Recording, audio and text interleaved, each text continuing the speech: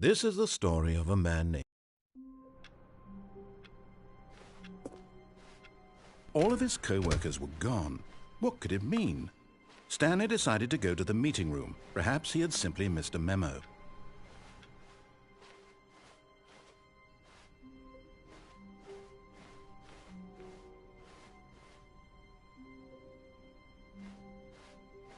When Stanley came to a set of 2 open doors, this was not the correct way to the meeting room, and Stanley knew it perfectly well. Perhaps he wanted to stop by the employee lounge first, just to admire it. Moment, eben anders hinlegen.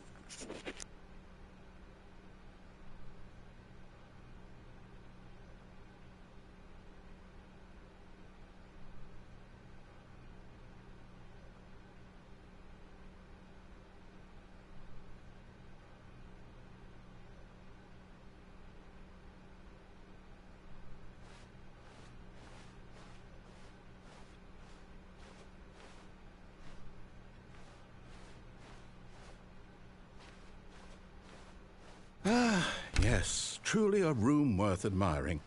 But eager to get back to business, Stanley took the first open door on his left. Stanley was so bad at following directions, it's incredible he wasn't fired years ago. But in his eagerness to prove that he is in control of the story and no one gets to tell him what to do, Stanley leapt from the platform and plunged to his death. Good job, Stanley. Everyone thinks you are very powerful. Wow. Nein. Nee.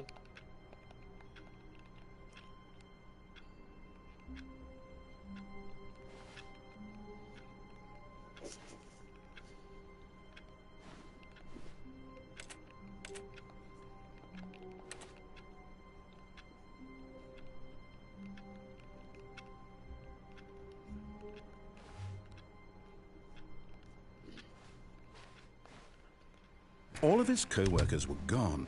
What could it mean? Stanley decided to go to the meeting room. Perhaps he had simply missed a memo. No matter how hard Stanley looked, he couldn't find a trace of his co-workers.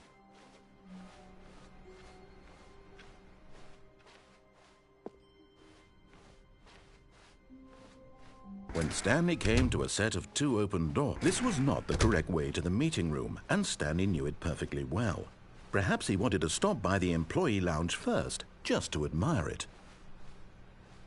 Wow, yes, this room. What a beautiful room. What a gorgeous, gorgeous room. Thank goodness Stanley had taken this detour on his way to the meeting room. Life without having experienced, but eager to get back to business, Stanley took the first open door on his left. And so he detoured through the maintenance section, walked straight ahead to the opposite door, and got back on track.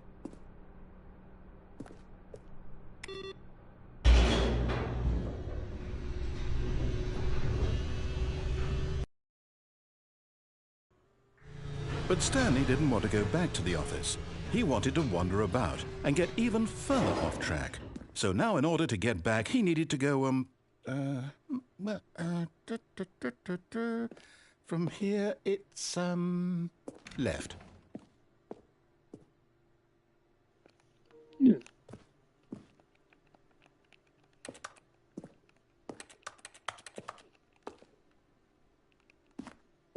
Kannst du bitte in ein Horrorspiel verwenden? War nicht zu extra. Oh, no, it's to the right, my mistake. Mir weit. No, not the right. Why would I have ever said it was to the right? What was I thinking? It's clearly... Oh dear, would you hold on for a minute, please? Lass mich doch einfach weiterlaufen. Now, let's see. We went down right, left, down, left, right. Yep, okay, yes. I've got it now. This story is absolutely, definitely this way. Und da lang. Ein Auto. Oh, darf ich damit fahren? Was ist das? Ist da jemand drin oder was?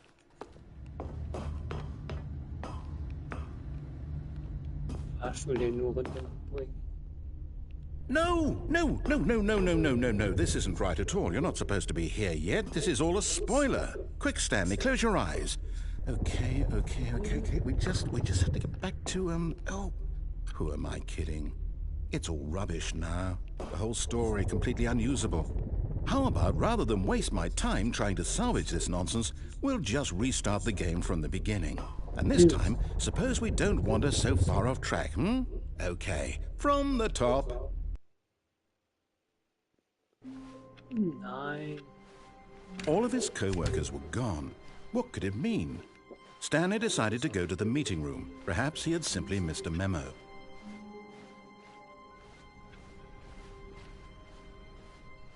When Stanley...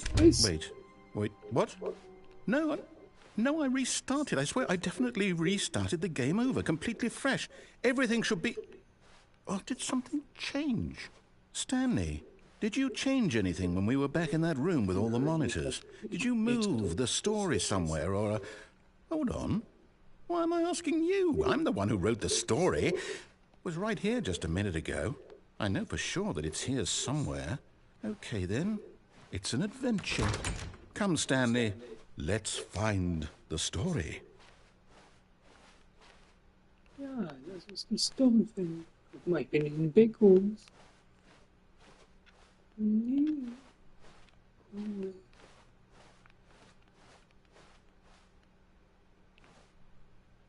Warum? Ist auch kein Druckhalter, das ist voll der Schrank.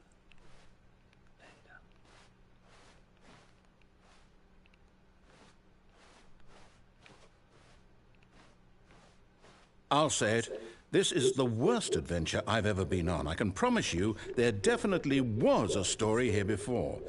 Do we need to restart the game again? Nee. Well, I find it unlikely that we'll ever progress by starting over and over again, but it's got to be better than this. Okay, let's give it a shot. Why not? Nein.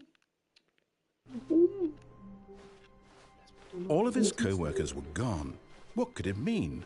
Stanley decided to go to the meeting room. Perhaps he had simply missed a memo.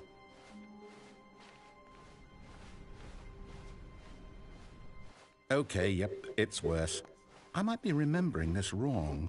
It's possible the story is back where we just came from. Why don't we go back the other direction and see if we missed anything? Was? Zwingt der mich jetzt da hinten gehen oder was? Und da hinten will ich rein. Das ist voll die SCP-Tür.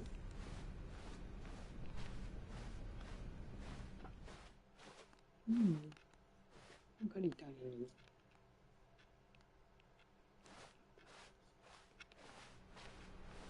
Kann ich jetzt hier irgendwo lang?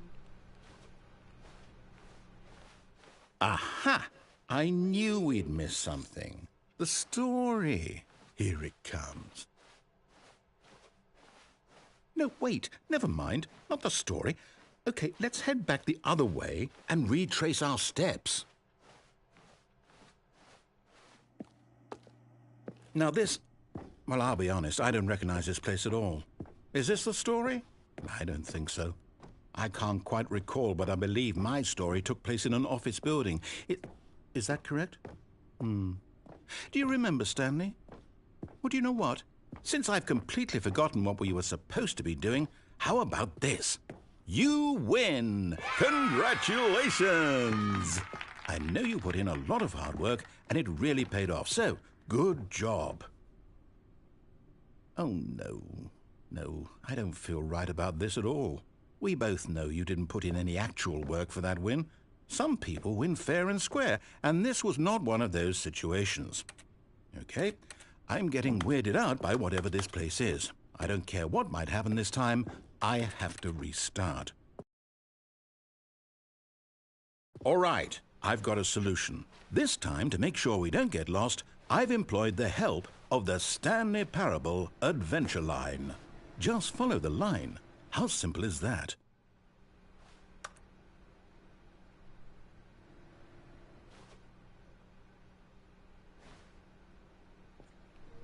I used hate my boss. Ich mag oder nie bearbeiten. Aber einfach zu arbeiten, ich hasse meinen Boss oder.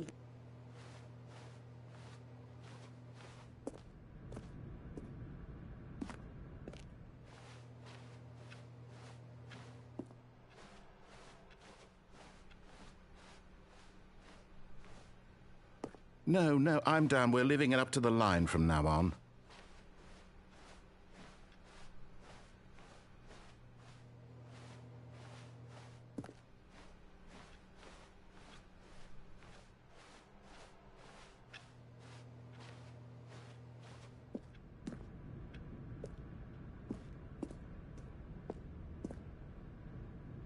You see?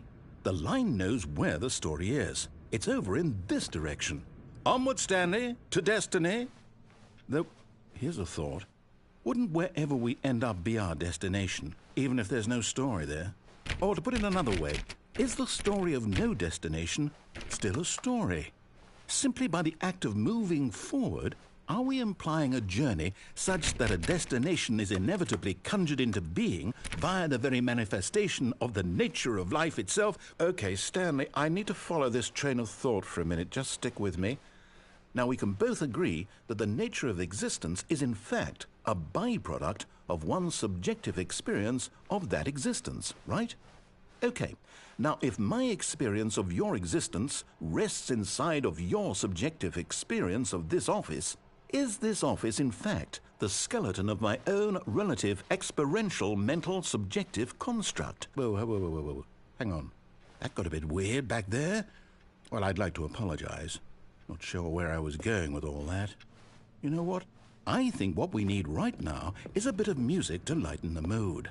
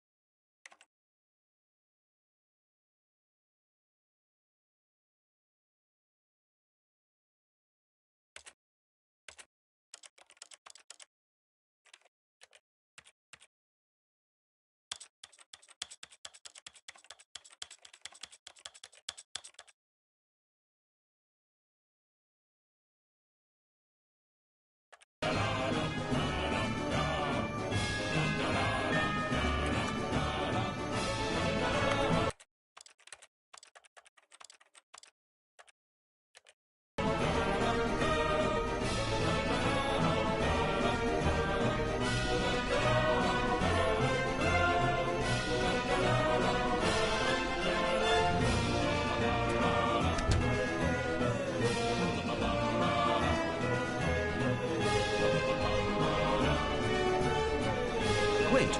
Cut the music. Go back and look at that fern.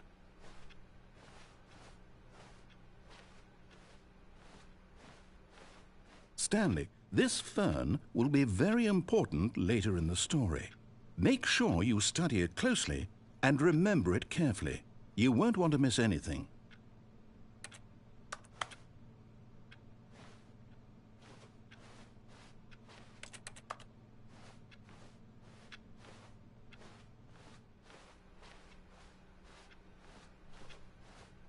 Wait, what?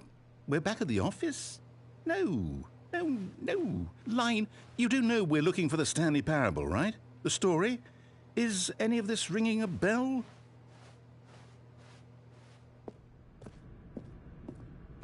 Oh, no, not again. Line, how could you have done this to us? And after we trusted you, after everything we've been through, you...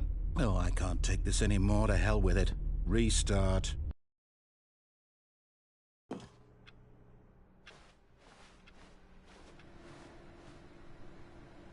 You know what, Stanley? I say forget the adventure line. What's it ever done for us? We're intelligent people, right? Why can't we make up our own story? Something exciting, daring, mysterious. Ooh, this all sounds perfectly doable. Why don't we simply start wandering in, well, I don't know. How about this direction?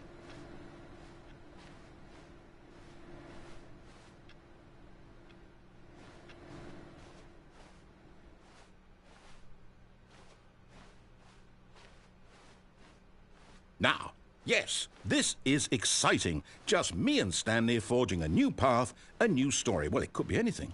What do you want our story to be? Go wild. Use your imagination. Whatever it might be, Stanley, I'm ready for it. Oh, no, not you again. Stanley, I'd also like to veto the line from having any role in our awesome new story. No lines or monitor rooms. Just don't acknowledge it, and we should be fine.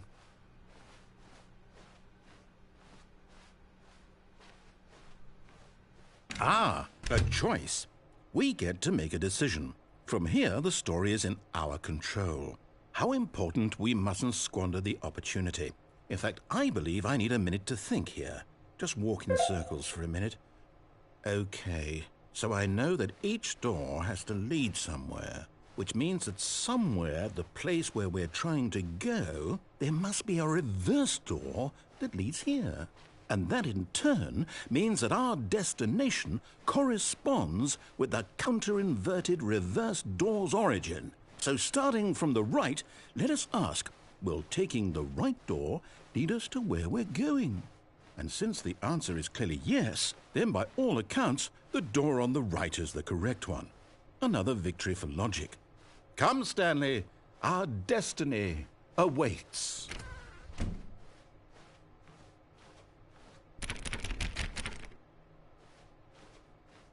Oh, hold up, what's this? The confusion ending. You're telling me that's what this is? It's all one giant ending? And we're supposed to restart the game, what, eight times? That's really how all this goes? It's all determined? So now, according to the schedule, I restart again. Then what? Am I just supposed to forget? Well, what if I don't want to forget? My mind goes blank simply because it's written here on this thing, wall. Well, who consulted me? Why don't I get to decide? Why don't I get a say in all of this? Is it really? No, it can't be. I don't want it to be. I don't want the game to keep restarting. I don't want to forget what's going on. I don't want to be trapped like this. I won't restart the game. I won't do it. I won't do it. I won't do it. And the timer stopped? Does that mean, did we do it? Did we break the cycle? The, whatever it is that made this schedule? How would we even know? Will someone come for us? Will something happen? So, okay. I guess now we just wait. You know, I suppose in some way that this is a kind of story. Wouldn't you agree? I'm not quite sure if we're in the destination or the journey. though they're always saying that life is about the journey and not the destination. So I hope that's where we are right now. We'll find out, won't we? Eventually. Well, in the meantime, if you...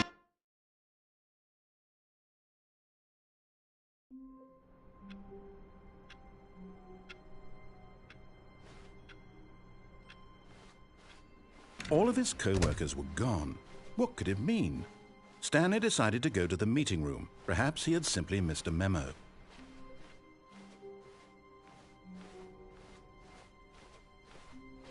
When Stanley came to a set of 2 open doors, he entered the door. This was not the correct way to the meeting room, and Stanley knew it perfectly well. Perhaps he wanted to stop by the employee lounge first, just to admire it.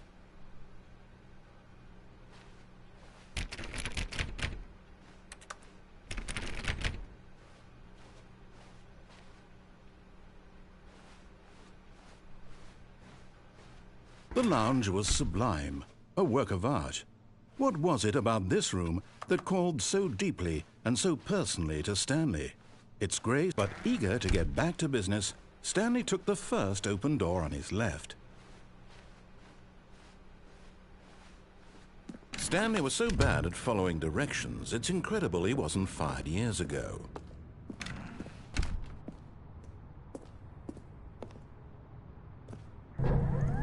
Look, Stanley, I think perhaps we've gotten off on the wrong foot here. I'm not your enemy, really, I'm not. I realize that investing your trust in someone else can be difficult, but the fact is that the story has been about nothing but you all this time. There's someone you've been neglecting, Stanley. Someone you've forgotten about. Please, stop trying to make every decision by yourself. Now, I'm not asking for me, I'm asking for her. This is it, Stanley. Your chance to redeem yourself, to put your work aside, to let her back into your life. She's been waiting.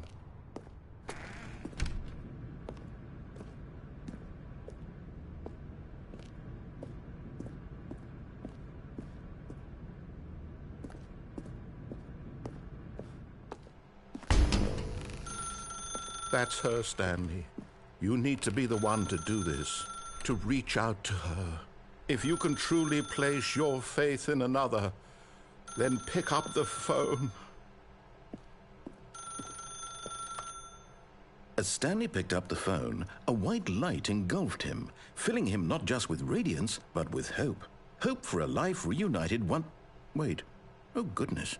Stanley, did you just unplug the phone? No, that wasn't supposed to be a choice. How did you do that? You actually chose incorrectly?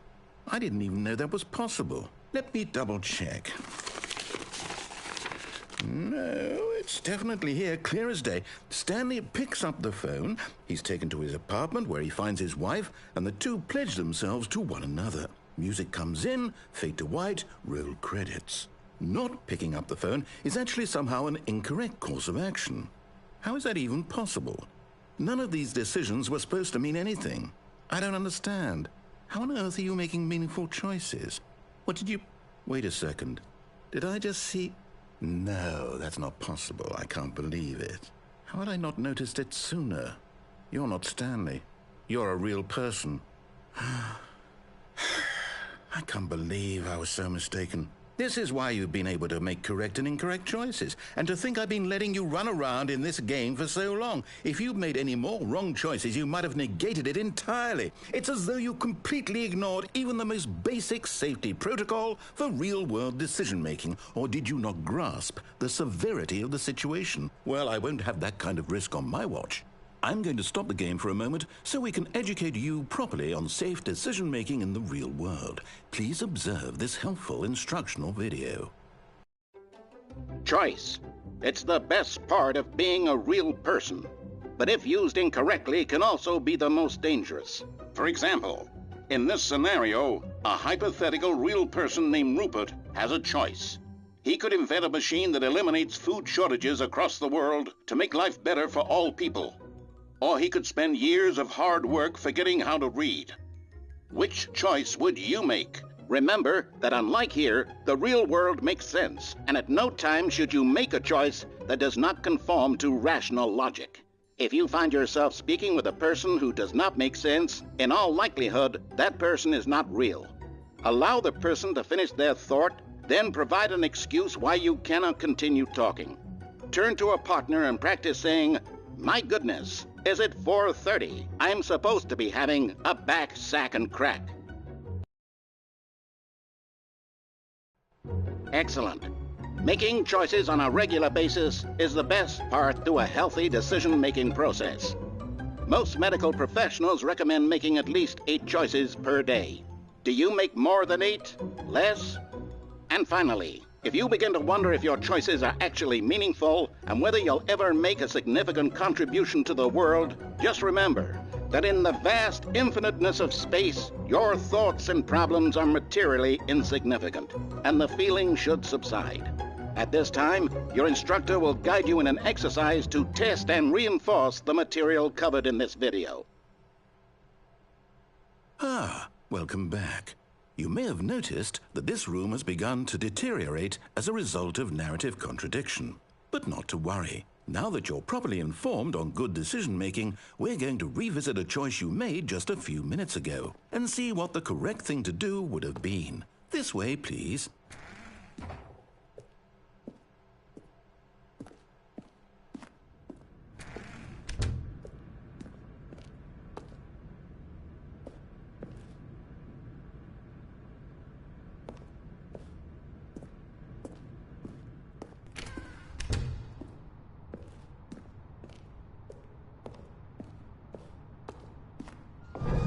Now that we know your choices are meaningful, we can't have you jumping off the platform and dying. Imagine the main character dying senselessly halfway through the story. That story would make no sense at all. We just need to get you home as soon as possible before the narrative contradiction gets any worse. Unfortunately, it seems this place is not well equipped to deal with reality.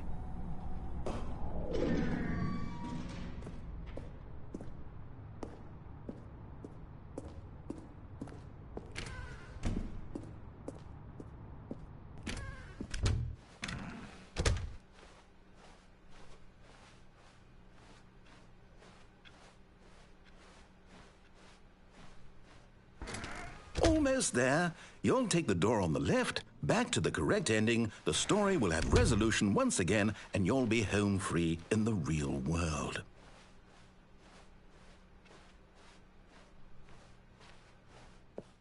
Now remember, all you need to do is behave exactly as Stanley would. That means choosing responsibly and always putting the story first. I'm quite sure you'll be up to the task. Just follow my lead and you'll be fine. All right. When Stanley came to a set of 2 open doors, he entered the door on his left.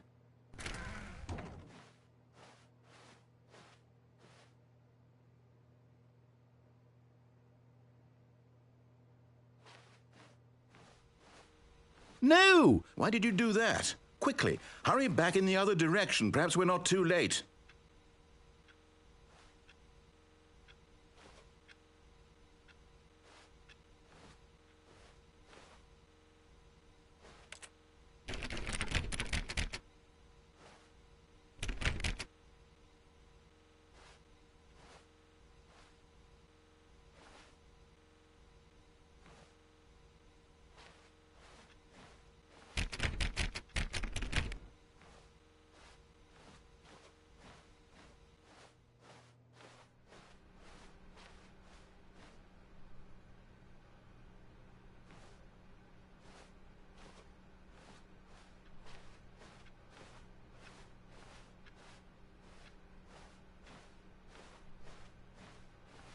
Oh, it's ruined.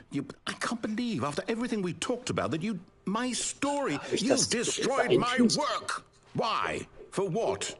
What did you get out of that? What did you think was so special about seeing the game undone, left here like so much garbage? It's worthless now. And what am I supposed to do? Even if there were a way to continue, would it be worth it? To know that my story is now incorrect? How can I go back to that? I can't erase that knowledge. I'll have to live with it forever, reliving its impossibility forever. I couldn't live that way. Is it better to shut the game down entirely? To willingly destroy all of my work? I don't know. What's the answer? What do I do? What do I do? What do I... No, I have to. I have to shut the game down. I have to. I have to.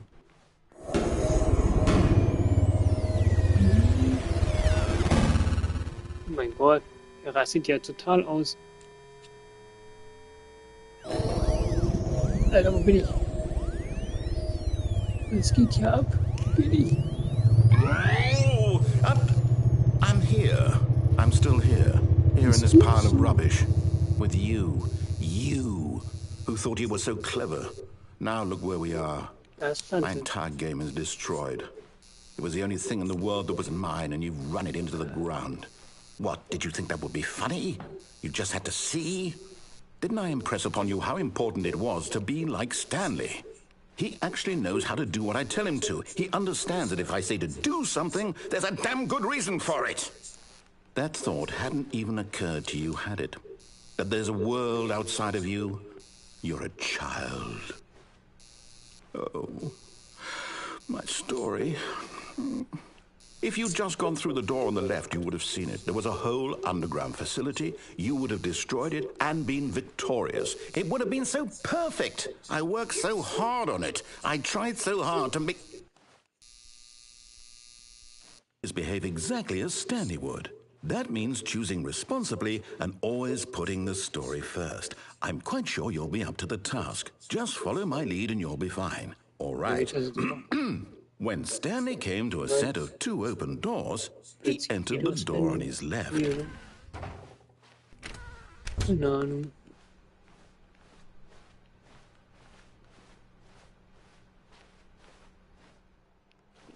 Yet there was not a single person here either. Feeling a wave of disbelief, Stanley decided to go up to his boss's office, hoping he might find an answer there.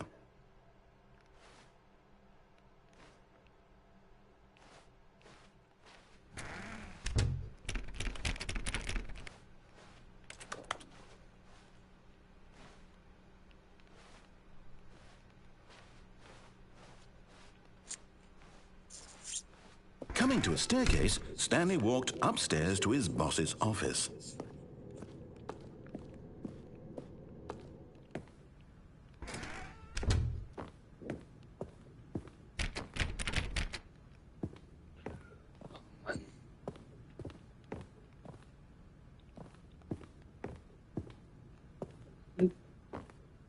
Stepping inside his manager's office, Stanley was once again stunned to discover not an indication of any human life. Shocked, unraveled, Stanley wondered in disbelief who orchestrated this, until he saw the door with a voice receiver next to it. Surely behind this door lay all the answers to his questions. And beyond all probability, he knew the passcode. He had seen it on his boss's computer just last week. Night Shark 115. Was this the code to open the door? Would it still work? There was only one way to find out. Stanley had been trained never to speak up, but now he would draw from within himself the courage to face the unknown. He drew a sharp breath and then spoke the code.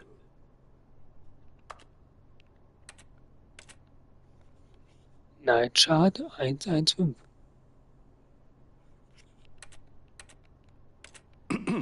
Stanley spoke the code. Night Shark 115. He spoke it into the receiver, right there on the wall. Night Shark 115. Hallo? I'm sorry, is there a problem?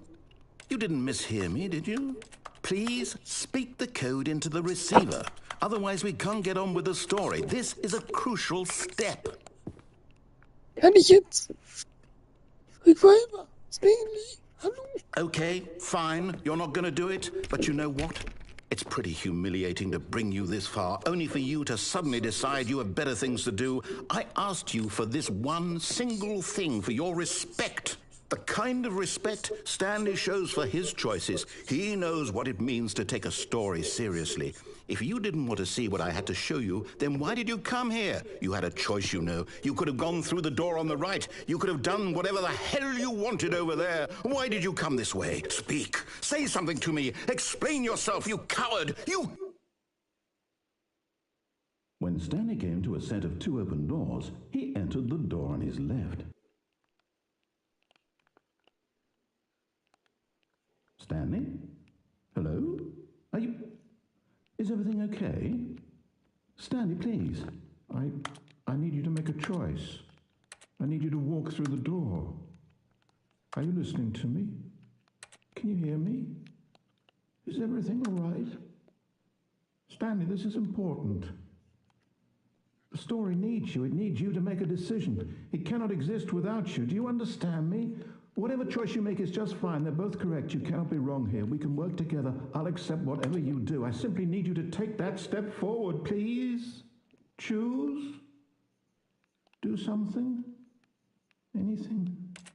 This is more important than you can ever know. I need this. The story needs it. So, you hear me? Are you there? Are you listening to this? Stanley, are you there? Okay. It's okay, I can wait. You need time to decide. Time to make sure your choice is correct. That is the best choice. That's all right. I'll wait for you to decide what's the right thing to do. Take as much time as you need.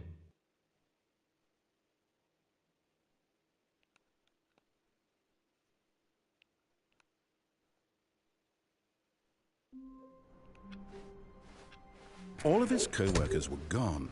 What could it mean? Stanley decided to go to the meeting room. Perhaps he had simply missed a memo.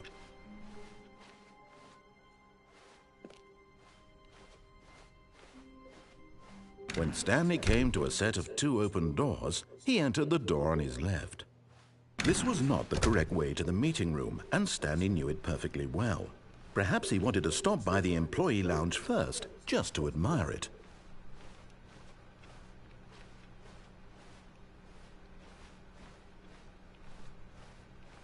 Standing now in this incredible room, Stanley for the first time, but eager to get back to business, Stanley took the first open door on his left.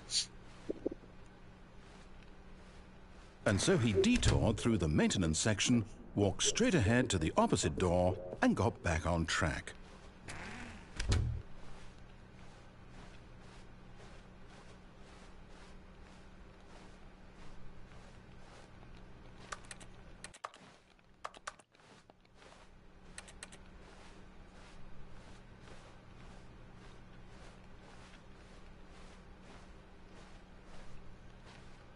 Yet there was not a single person here either.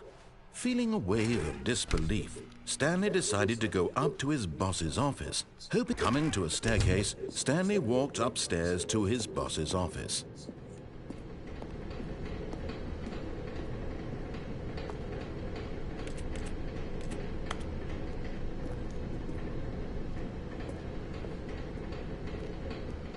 But Stanley just couldn't do it.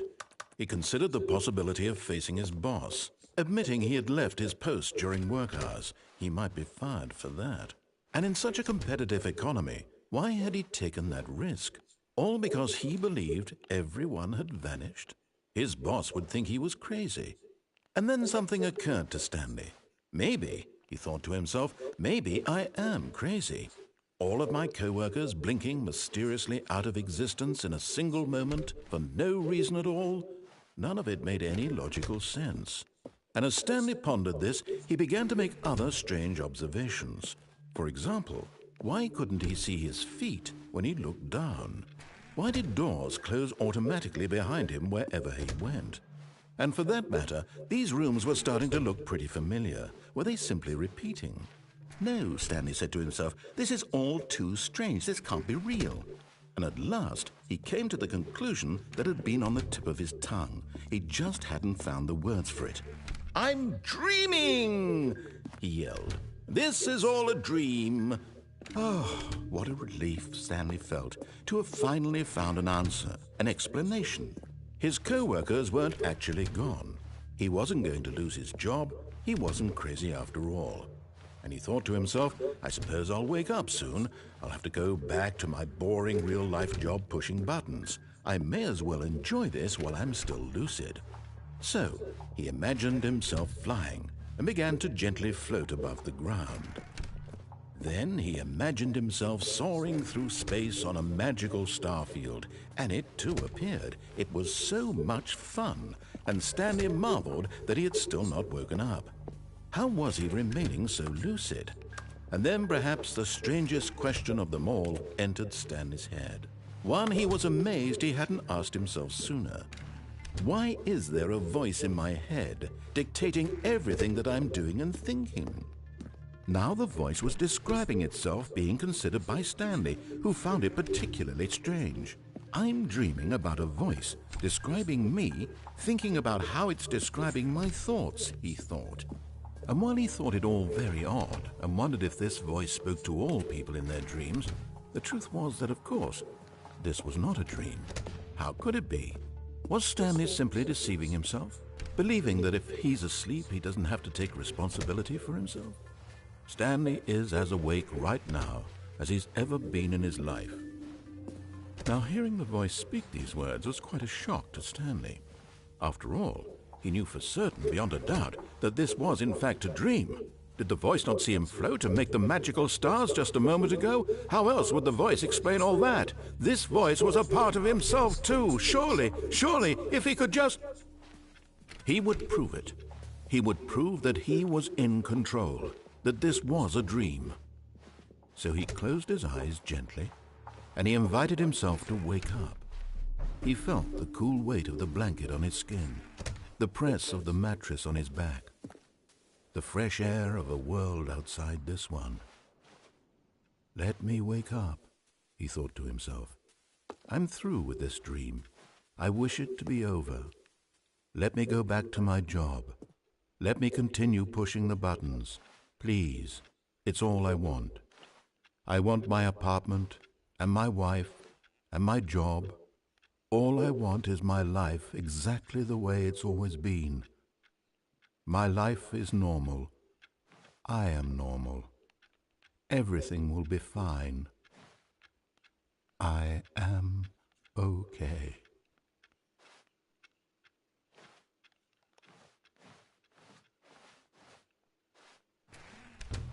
Stanley began screaming. Please, someone, wake me up. My name is Stanley. I have a boss. I have an office. I am real. Please, just someone tell me I am real. I must be real. I must be. Can anyone hear my voice? Who am I? Who am I? And everything went black.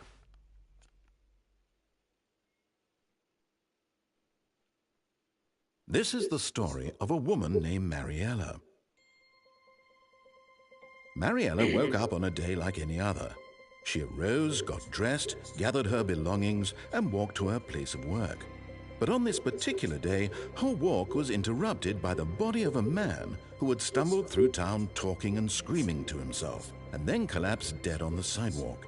And although she would soon turn to go call for an ambulance, for just a few brief moments she considered the strange man.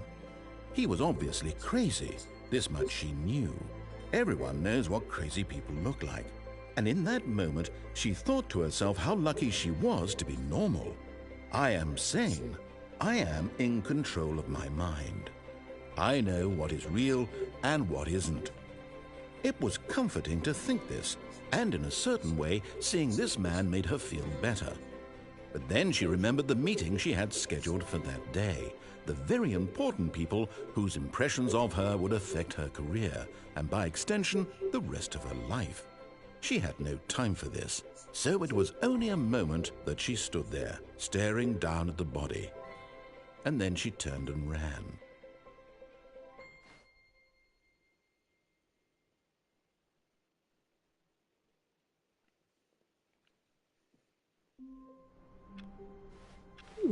All of his co-workers were gone. What could it mean? Stanley decided to go to the meeting room. Perhaps he had simply missed a memo. When Stanley came to a set of 2 open doors, he entered the door on his left. This was not the correct way to the meeting room, and Stanley knew it perfectly well. Perhaps he wanted to stop by the employee lounge first, just to admire it. Stanley felt lightheaded, butterflies in his stomach. Giddy in a way he had never known, anders, but oder? eager to get back to business, Stanley took the first open door on his left. Stanley was so bad at following directions, it's incredible he wasn't fired years ago. Look, Stanley, I think perhaps we've gotten off on the wrong foot here. I'm not your enemy, really, I'm not. I realize that but in his eagerness to prove that he is in control of the story and no one gets to tell him what to do, Stanley leapt from the platform and plunged to his death. Good job, Stanley. Everyone thinks you are very powerful. Den ersten Weg gehen. Immer durch die linke Tür. All of his co-workers were gone. What could it mean? Stanley decided to go to the meeting room. Perhaps he had simply missed a memo.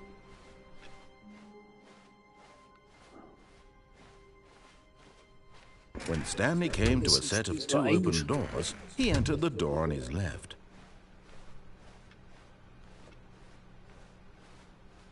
Yet there was not a single person here either. Feeling a wave of disbelief, Stanley decided to go up to his boss's office, hoping he might find an answer there. Coming to a staircase, Stanley walked upstairs to his boss's office. Warum?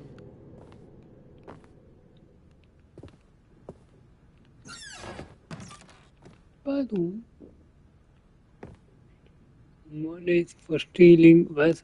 Geld für stealing? Was laber? Ist doch im Bedrooms, Junge. Was? Was ist los, oder? Sitzt hier vom Bad rum. Oh mein Gott. Wieso geht die wieder zu? Okay, Junge. Was ist denn hier? Was ist das? Hä? Page, the beide Page, not was? Dass ich mal Türen öffnen kann, ey. Muss ich da lang oder da lang?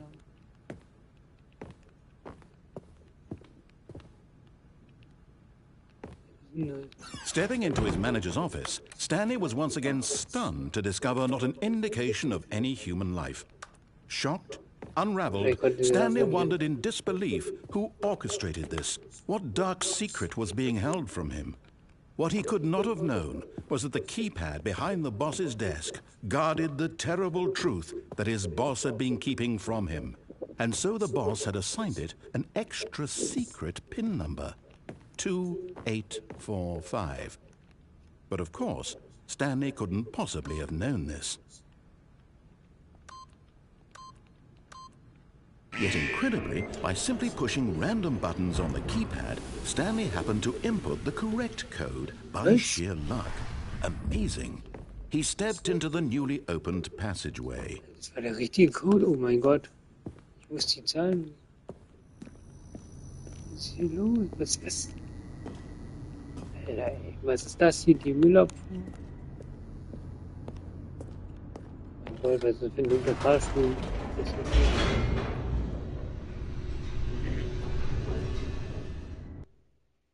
Wo ist der Rest des Spiels? Wird das Descending deeper into the building, Stanley realized he felt a bit peculiar.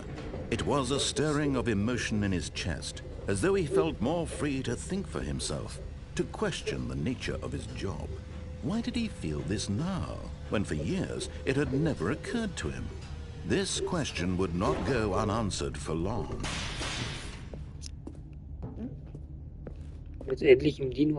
Stanley walked straight ahead through the large door that read Mind Control Facility.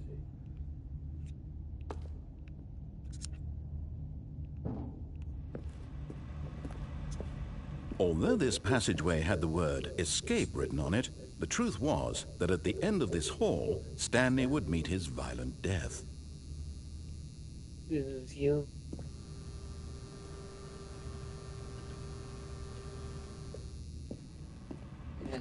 But of course, Stanley thought better of it and realized he simply had too much to live for.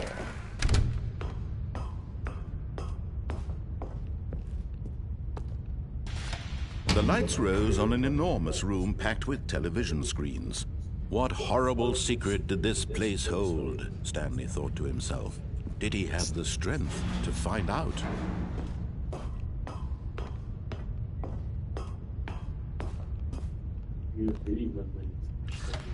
Now the monitors jumped to life, their true nature revealed.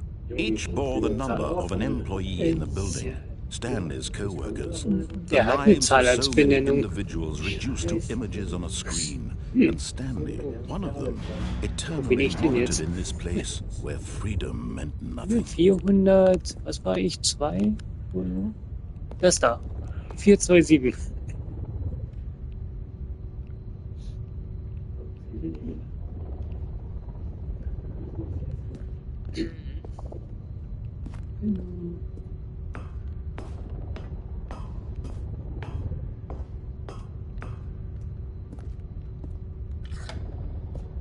This mind control facility, it was too horrible to believe. It couldn't be true.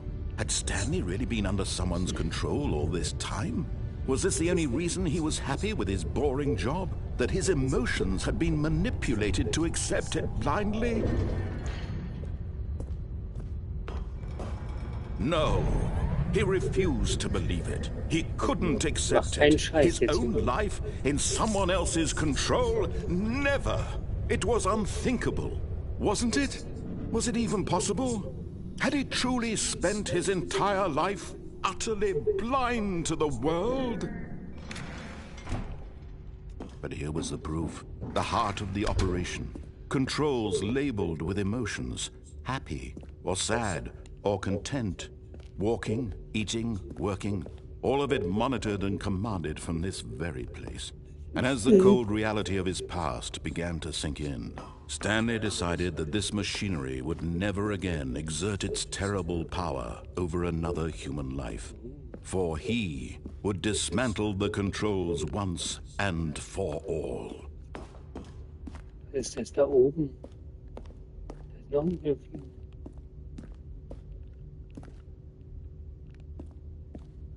Was wird da oben?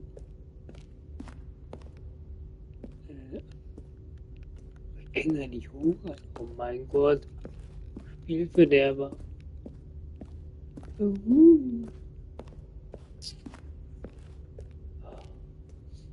Dieses Spiel ja eigentlich eine Möglichkeit, aber sich klar gewährt.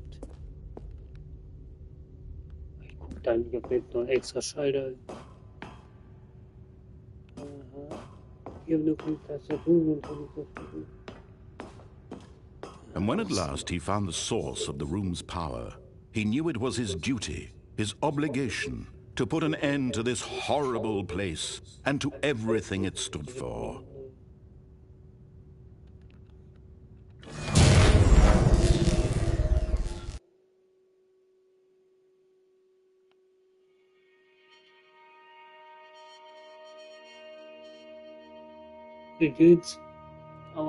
Blackness and a rising chill of uncertainty.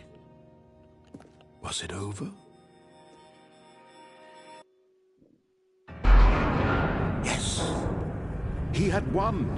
He had defeated the machine, unshackled himself from someone else's command. Freedom was mere moments away. And yet, even as the immense door slowly opened, Stanley reflected on how many puzzles still lay unsolved. Where had his co-workers gone?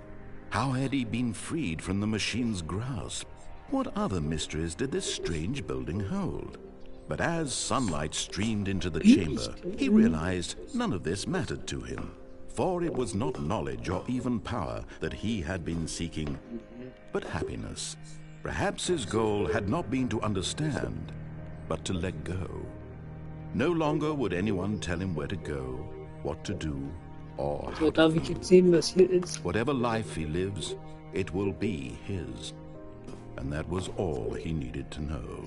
It was perhaps the only thing worth knowing. Stanley stepped through the open door. Stanley felt the cool breeze upon his skin, the feeling of liberation, the immense possibility of the new path before him. This was exactly the way, right now, that things were meant to happen. And Stanley was happy.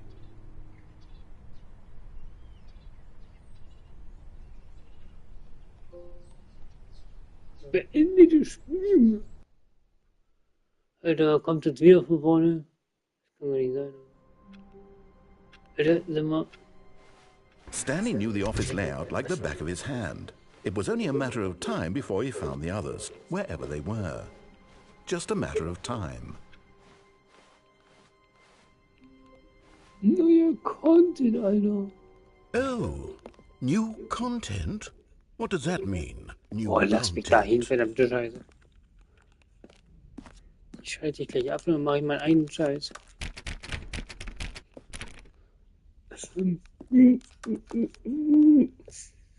Oh mein Gott, was ist das? Was geht jetzt? Ja, ich will dahin, du Arschloch. Nee. Wo bringt der mich hin, Alter? Hello, and thank you for playing the Stanley Parable Ultra Deluxe. As you may know, the Stanley Parable was a video game released in 2013 on home computers. Oh, nur auf Englisch. After receiving critical and commercial success, it was expanded upon in 2022 with the Stanley Parable Ultra Deluxe, a reimagining of the game for consoles and home computers. The Stanley Parable Ultra Deluxe features exciting new content that broadens and expands the world of the Stanley Parable, delighting audiences the world War das over. eigentlich vorbei oder was? Hä? Please step inside and see what thrilling new adventures await in the Stanley Parable Ultra Deluxe. Oh, well, this sounds delightful. I'm very excited to see the thrilling new Ultra Deluxe content. Okay, so far it's an elevator. Nothing special yet, but I'm sure it's just the beginning of a mesmerizing adventure. Komm schon, mach hin, Junge. Is it broken? What's going on here? Should we be moving somewhere? Oh, there we go. All right, finally, at long last, it's on to the new content. I've never been more ready. Let's do it. Kammer des Schreckens, ey.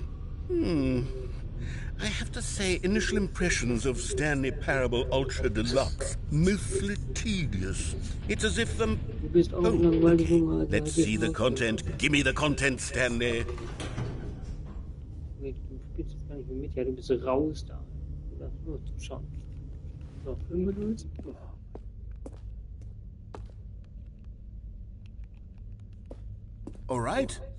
All right, let's see. It's the jump circle.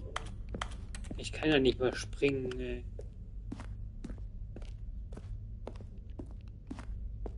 Is that it?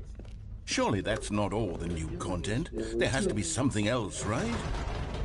Goodness, another elevator. Stanley, I have to say, initial impressions of this game are not positive. It's just elevators and jumping. Is this what passes for exciting new content? If this is new content, then I could just read you the whole dictionary. There's 20 hours of new content right there. Hell, I could count to 30 trillion. You could put that on the box. The Stanley Parable Ultra Deluxe, now with over 1,000 hours of new content. And if... Oh, wait. There's more. Very good. Yes. I knew there had to be something else. Let's see it. I'm ready for whatever it is. That's it? Oh, you've got to be kidding me. You see, Stanley?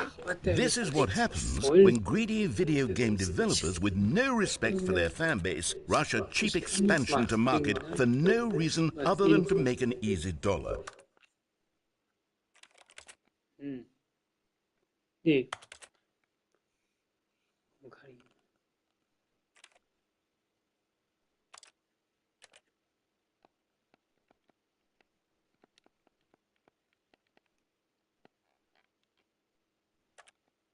And don't get me started on the level of craftsmanship that's gone into it. In fact, I'm looking right now at the game's trophies, and it's hard to believe one of them actually says, "Test trophy, please ignore." What quality assurance department signed off on this? I'm infuriated and I'm offended, and I intend to find these people on Twitter and hold them personally accountable. It's my fault, Stanley. I built up too much anticipation around the new content, I'm afraid. It could never have lived up to such expectations. If you're still with me, why don't we just reset the game, and we'll try to get back to what the Stanley Parable is really about. No frills, no gimmicks. Just you and me having a great time together like always. What do you say, friend?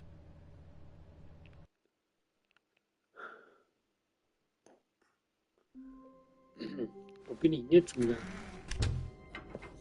Digga, nee. Stanley, come over here. In the vent. I want to show you something. Du willst mir so viel zeigen, Alter. Der labert mich nur voll, ey. Oh, you don't want to see the cool surprise I made for you? Well, fine. Ich You're a komm ja dog schon, anyway, aber so heul who nicht rum, cares? Junge. Oh, never mind. You're not a dog. Du wolltest mich grad trotteln nehmen? Was ist denn hier? Doch, nee. Schraubenzieher. Oh, ich kann auch gar nicht. Junge, lädst du mich jetzt ins neue Star Wars Level oder was? Okay, you remember how cheap and unsatisfying the new Ultra Deluxe content turned out to be? Well, it got me thinking about the past and how much better the Stanley Parable used to be. So I made something special and tucked it away here where the game's developers won't find it. Just our little secret. Take a look. I call it the Memory Zone. It's where I've been storing all my favorite memories so I can relive the peak experiences of my life whenever I want. Experiences like the launch of the Stanley Parable on PC. You see, Stanley, doesn't the Memory Zone remind you of how wonderful Stanley Parable was before it was sullied with a cheap PlayStation port? Remember back in October of 2013 when the game originally launched? Back then, video games had integrity. Back then, it all meant something. Oh, the waste.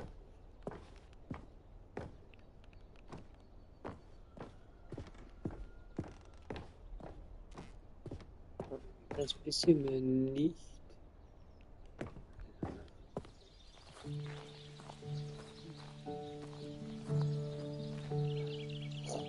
Unsichtbare Wand.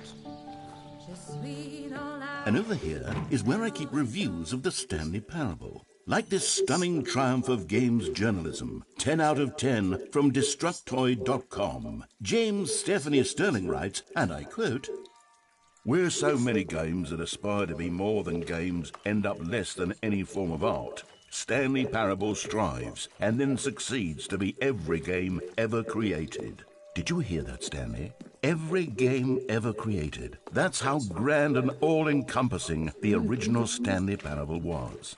It was literally every game ever created. It was Skyrim, it was Persona 3, it was all of them, and now it's nothing. It's no games at all. It isn't even the Stanley Parable anymore. It's just a husk now. A lifeless husk with an hour of new elevator content. Weil du mich da rumschickst, Alter. Da. Junge, ich kann das nicht machen. Willst du mich verarschen?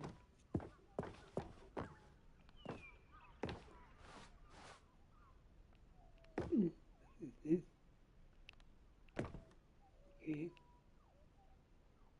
Person hier. Here's another moving passage, this time from GameSpot.com. The Stanley Parable is both a richly stimulating commentary on the nature of choice in games and one that offers some of the most enjoyable, surprising, and rewarding choices I've ever been confronted with in a game. 9 out of 10. Don't you get it, Stanley? The game was perfect. It didn't need anything else. It didn't need new content. All they had to do was transport it in pristine condition along to the PlayStation, boom, done. And they couldn't even do that. Couldn't resist the urge to go meddling with a beloved franchise. Kann ich jetzt Lass mich hier raus.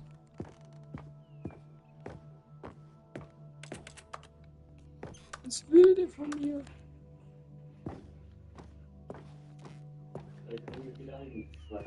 Bitte helfen Sie mir, ich will hier raus.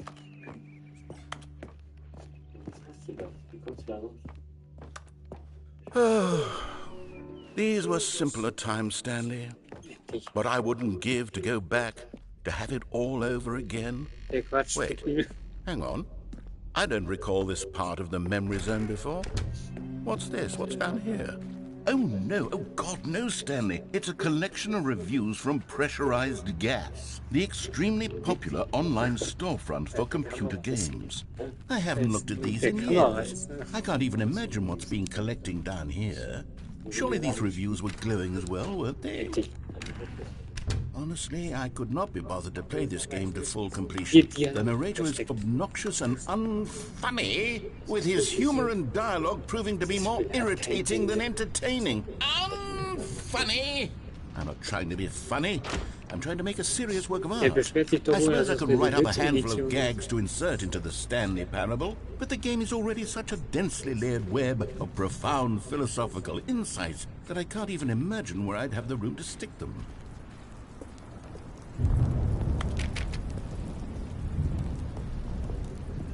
Okay, let's see what this one says.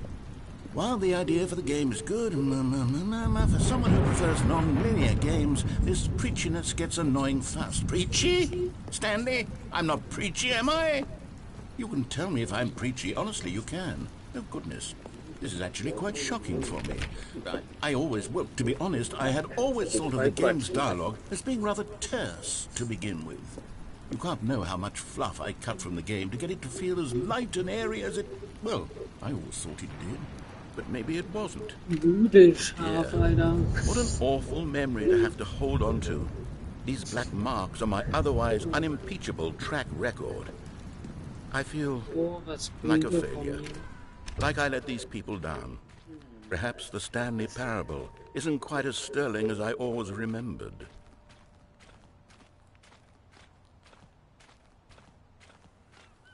What's this one have to say?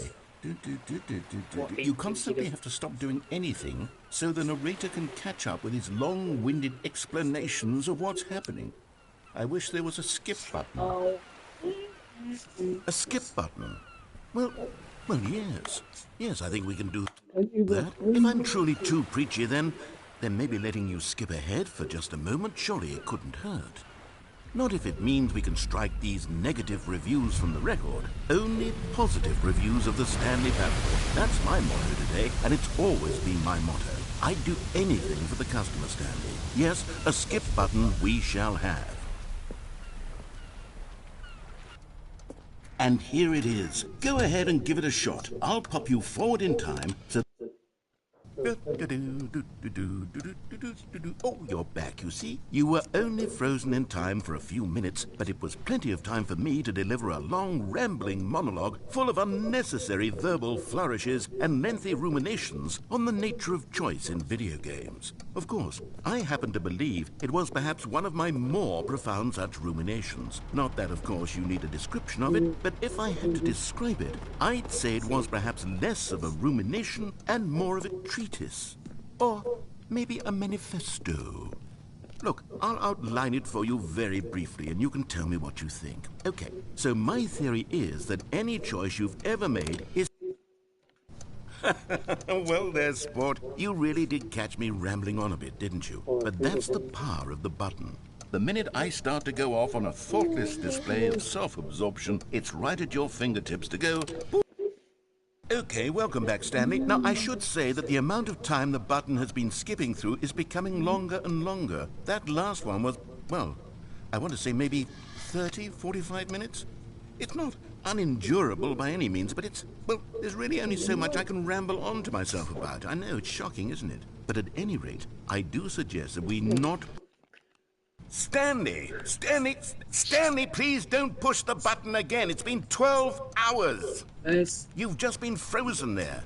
I don't know why the skips are getting longer, but they're really, truly getting longer. And my God, there's no way out of the room. Stanley, the door is gone. It's completely gone. I've looked at it from every angle. I've checked every one of those walls 1,000 times. And there's no door, Stanley. There's no door. There's just you and the button, and if you keep pressing it, I have no idea what will happen. I have no idea how long I'll be made to sit here. And more than anything else, I don't know how to stop you from pressing the button again. I can't control anything in this room, Stanley. I can't touch it. And I have to believe, I have to know that sooner or later, no matter how much I plead with you, you're going to press the button again. Why would you? I've been thinking and thinking, and I don't know what I can do to convince you otherwise. Oh, my God. And it's all because of those reviews. Those reviews that I couldn't get out of my head. I just couldn't ignore the negative feedback. Why was it so important for me to fix the problem?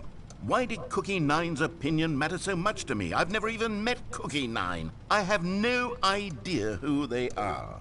What would it ever really matter? But here I am. I'm fixating on every tiny negative thing that anyone ever says about me. The merest mention of one of my imperfections, and I become as impetulant as a child, wild and impulsive. I can't help myself. I can't stop myself from lashing out with a vengeful fury to alter and to change and to break anything unbroken, if only it pleases this one person who made a single negative comment.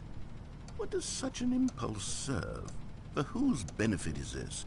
And here I am now, stuck in a room, waiting for you to press this button, and to become frozen in time, knowing that you're going to do it, and that I'm going to be stuck all alone, and that I had the power to prevent it all from happening, if only I'd held my tongue. It's all out of my control now. Just you. Just your decision as to exactly when you're going to make me suffer, to leave me all alone. Surely you will. I don't doubt it. Surely you'll press that button again, leaving me here. And surely you'll put your own desire to see what's next ahead of my need for company, for companionship. Surely you'll not be moved by my howls of fitful anxiety, that you sit with me and just stay here. Oh, no, no, no, I know you too well. You'll be leaving me. Oh, my God. And it's all because of those reviews that I couldn't get out of my head. I just couldn't ignore the negative feedback. Why was it so important for me to fix the problem? Why did Cookie Nine's opinion matter so much to me? I've never even met Cookie Nine. I have no idea who they are. What would it ever really matter? But here I am. I'm fixating on every tiny negative thing that anyone ever says about me. The merest mention of one of my imperfections, and I become as impetulant as a child, wild and impulsive. I can't help myself. I can't stop myself from lashing out with a vengeful fury. Oh, Stanley, you're back. You're back. Oh, my goodness. I have someone to talk to again. Stanley, I think it's been a week. Or 2 weeks? I've been sitting here all that time, just sitting here, not a single person to speak with. And you'd think that that's just how it's always been, right? Me talking and you saying nothing. Would you think that it's exactly the same as always? Doesn't that feel like what we've already been doing? Me just talking? But it isn't, Stanley. It isn't the same at all. It isn't even close. Because I know you can't hear me once you push that button. That's what I'm realizing now, Stanley. I'm realizing that I needed to know that someone was listening. I needed there to be a vessel through which my words were moving. It was the vessel I needed, Stanley. Not the outcomes, not the story. None of that matters anymore. I'll give it all up. I'll give up every branching path. I'll burn my story to the ground. One single thing I need, and God, I can see now that I need it more than anything, is to know that someone else is taking it in. These words that I'm saying, I need to know you can hear me. Because maybe, Stanley, maybe, if you can hear me, then maybe it means I'm real. Maybe I'm not just a fiction. Was I scared of that all along? Perhaps. Yes. Perhaps I've been scared this whole time, that if I stop speaking, I'll slip backwards into the silence and be consumed by it. I can't be taken by it, Stanley. I can't lose myself in the stretch of emptiness between you and me. When you press that button, you're still right there, but I know you're so tremendously far away. And in those moments, the emptiness folds itself outward in between the two of us, and I am suspended in its unyielding quietness.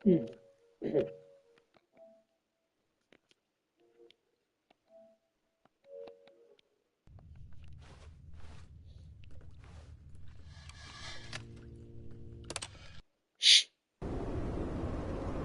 Oh, das sind doch noch ein bisschen. So. Wo ist die Tür? So, hat man hier Wind und alles ist doch nichts. Was ist los? Ich will nach draußen. Wo ist die Pflanze? Nein, die arme tote Pflanze. Da ist doch nicht mal was.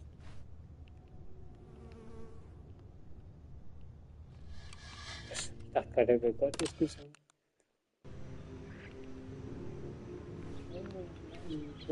Das Neustarten hier bringt eigentlich nichts mehr. Das ist noch ein Neustart und die will ich nochmal damit hochführen.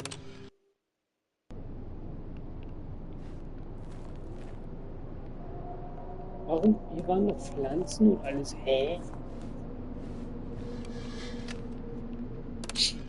Das macht keinen Sinn. Was war das?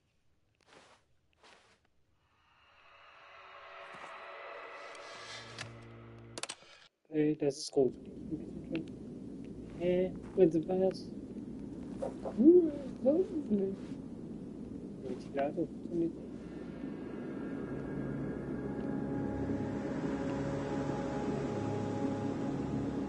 Stanley?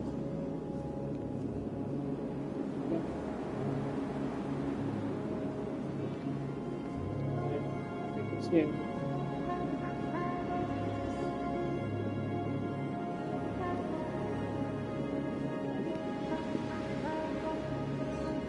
Wo ist denn der Sprecher?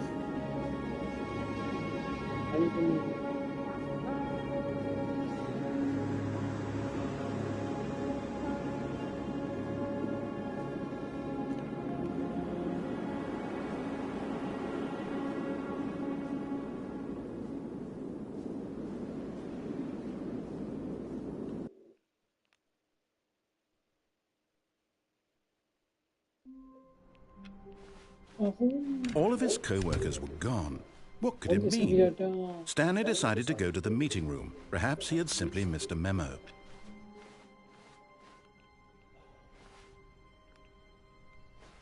Oh, good. You noticed my sign. Yes, I have something very exciting to show you. It's a sign.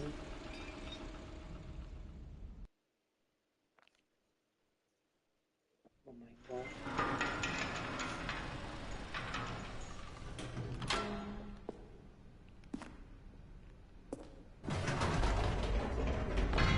You see, Stanley, I've been reflecting on the Stanley parable and about how roundly disappointing this ultra-deluxe version has turned out to be. The original Stanley parable was a landmark, and any new content for it should live up to that legacy. So forget this ultra-deluxe nonsense. I say we take it one step even further. Which is why I'm very proud to announce for the first time ever, the Stanley Parable 2. Ja.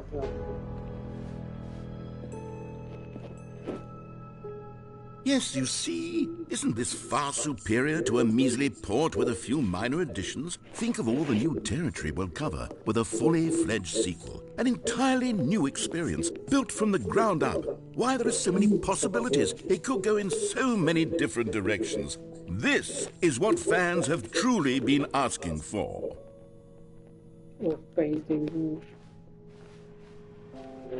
Calling it the Stanley Parable 2 is just so much catchier than Ultra Deluxe, don't you think? Ultra Deluxe? What does it even mean? But the Stanley Parable 2, now that's an artistic statement right there. It's future-oriented. It screams progress and innovation and long-term franchising potential. Now, to be clear, I haven't quite nailed down what exactly the Stanley Parable 2 is going to be, but let's take a look at some of the features I've been developing for it. I figure that if I can loosely organize a handful of interesting concepts, that surely the game will sort of naturally spring up around them. It'll all work itself out. Game development is much more of a fuzzy magic than anything so. Here we are. Go on, try out some of the new features. Wirklich aus.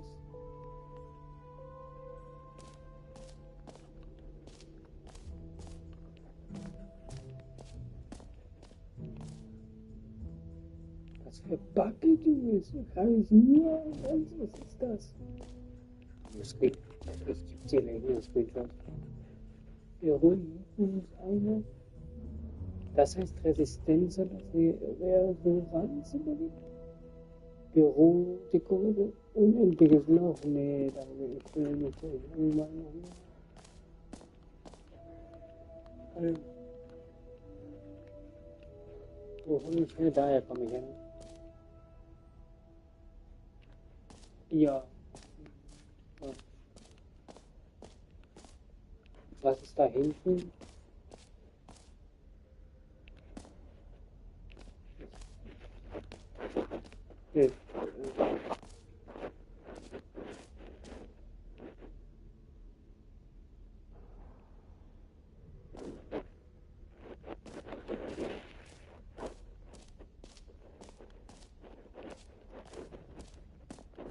For the Stanley Parable 2, I asked myself, what do players really want? And of course, the first and most obvious answer is that they want to be individually recognized and validated as people. So with that in mind, my first addition to the game is this button which speaks the name of the person playing the game. Isn't that wonderful?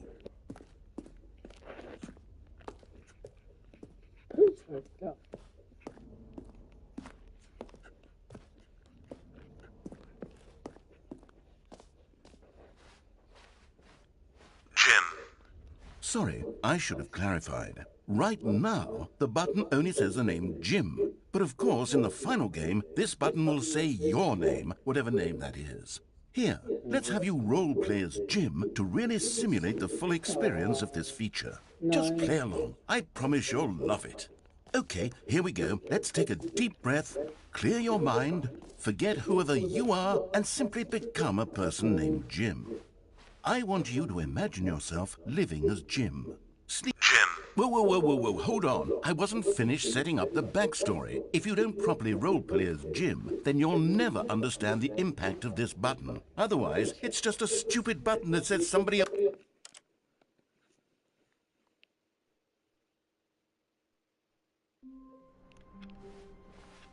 All of his co-workers were gone. What could it mean? Stanley decided to go to the meeting room. Perhaps he had simply missed a memo. Oh, good. You noticed my sign. Yes, I have something very exciting to show you. Oh mein Gott, das er spielt. Junge. Das ist so bescheuert, ne?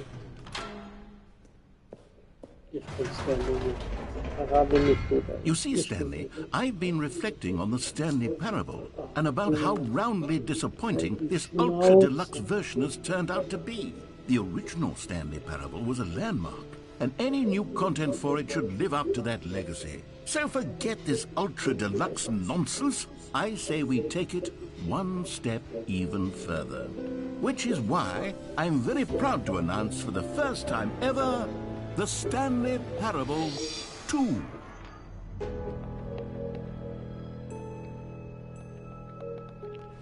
Yes, you see, isn't this far superior to a measly port with a few minor additions? Think of all the new territory we'll cover with a fully fledged sequel. An entirely new experience, built from the ground up. Why, there are so many possibilities. It could go in so many different directions. This is what fans have truly been asking for.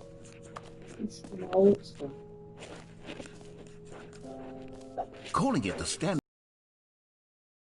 catchier than Ultra Deluxe, don't you think? Ultra Deluxe? What does it even mean? but the Stanley Parable 2. Now that's an artistic statement right there. It's future-oriented. It screams progress and innovation and long-term franchising potential. Wieso habe ich jetzt eigentlich immer Husten? Now, to be clear, I haven't quite nailed down what exactly the Stanley Parable 2 is going to be, but let's take a look at some of the features I've been developing for it. I figure that if I can loosely organize a handful of interesting concepts, that surely the game will sort of naturally spring up around them. Here we are. Go on, try out some of the new features.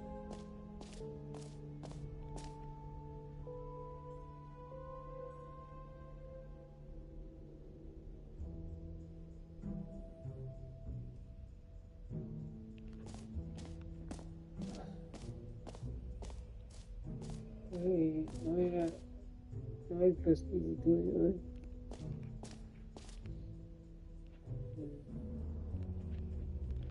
ich finde das nicht ein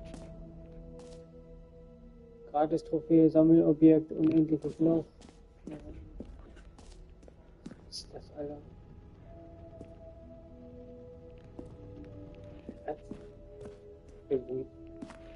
Wo geht's hier lang?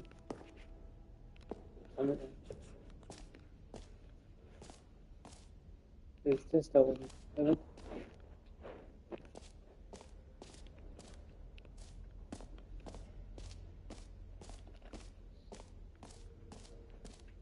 Bitte. Wo geht's hin?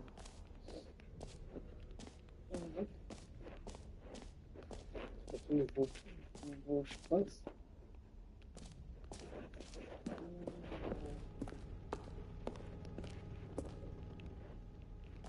Das hier. Da steht X. Da keiner hingegangen. Todesgang. Bei der.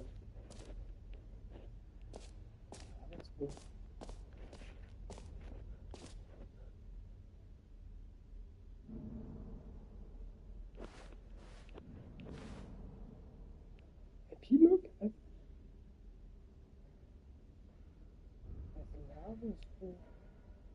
Jump-Zirkel ist da drin. Collect. Ewiges Level.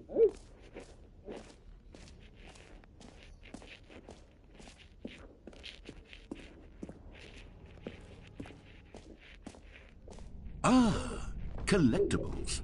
Now it's a real video game. In the Stanley Parable 2, you'll run around gathering up these miniature Stanley figurines. And what's truly innovative is that there will be no reward for collecting all of them. I don't want to stifle the intrinsic joy of watching a number go up. You simply collect all of them, and then you move the hell on with your unremarkable life.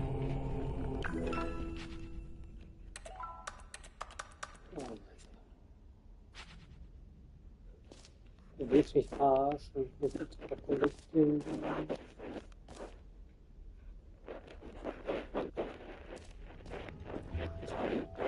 God, it really is the worst when you collect everything in a video game and then they give you a big fancy reward for it. Absolutely tragic.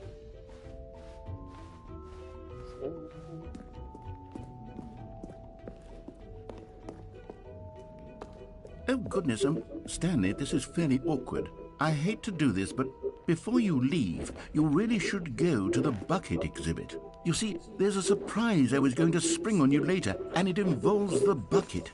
And I really do hate to break the illusion, but it's important that you go see the bucket, okay? All right, I'll get out of your hair now.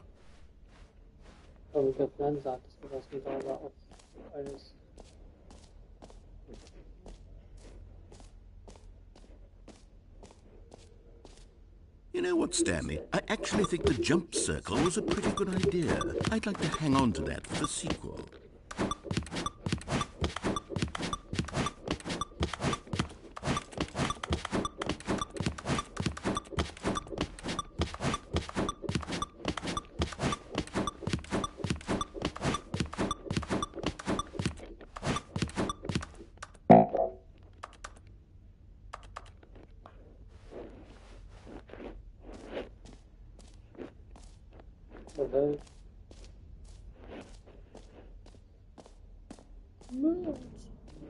Können wir jetzt kaufen.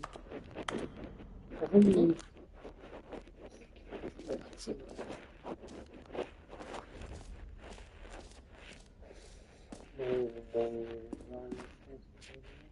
A common complaint of the Stanley Parable was that it was confusing and paradoxical, that it engendered a chaotic sense of reckless despair in those who played it. Well, I'm happy to say that after much consideration, I've engineered a clever solution to this fundamental problem with the game.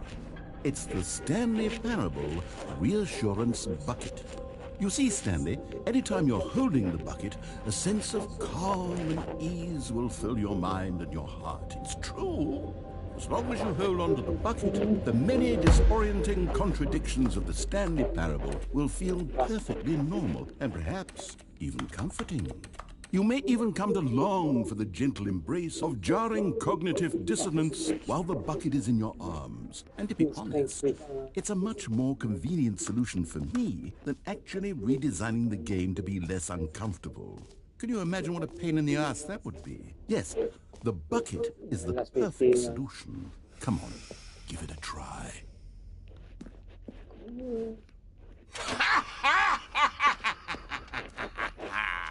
Can you feel it? The glow of comfort, even in the face of crushing despair, must already be sweeping through your body. And in fact, can I say that I do believe the bucket lends you an air of charisma as well? I think that just holding it has made you the slightest bit more attractive as a person. The benefits of the bucket seem to go on and on, don't they? All this and more awaits you in the Stanley Parable 2. Yes.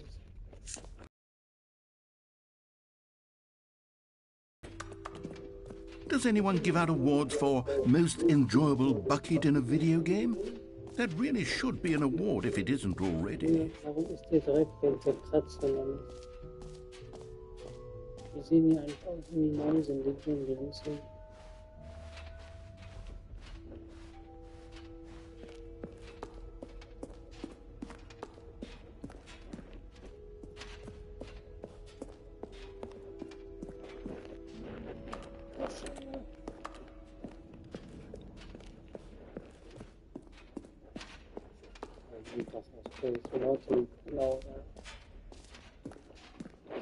So, Stanley, what do you think? Do you like all of the new features? Yes, I know it's not exactly clear yet how exactly these features will come together as one single coherent video game, but I can feel it in my soul. It's going to work. There's definitely a good game in there somewhere. Say, let's do an experiment. I'll arrange these new features together, and we'll see whether or not it coheres into a meaningful gameplay experience. Okay. Are you ready? Here it is. I give you the Stanley Parable 2.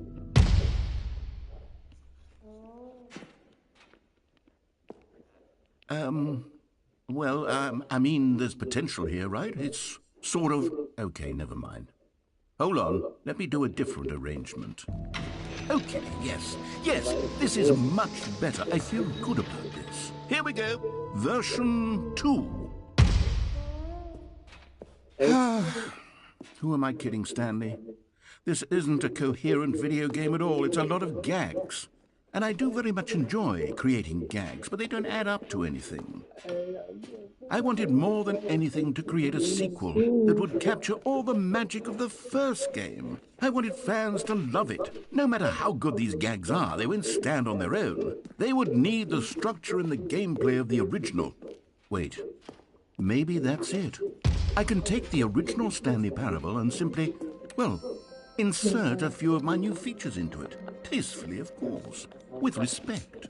With care for the vision and integrity of the original game. Would it possibly work? I suppose it could. But it would need a really, really tremendous title screen. A title screen that says with bold and uncompromising conviction, "This is the Stanley Parable 2. Let me see if I can whip something up. All right, perfect. Go ahead. Take a look.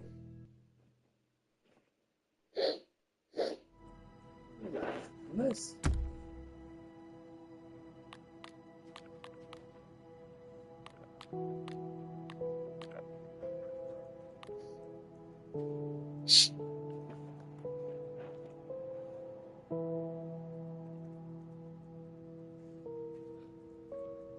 Meinst du, wie die Treppe täuschen?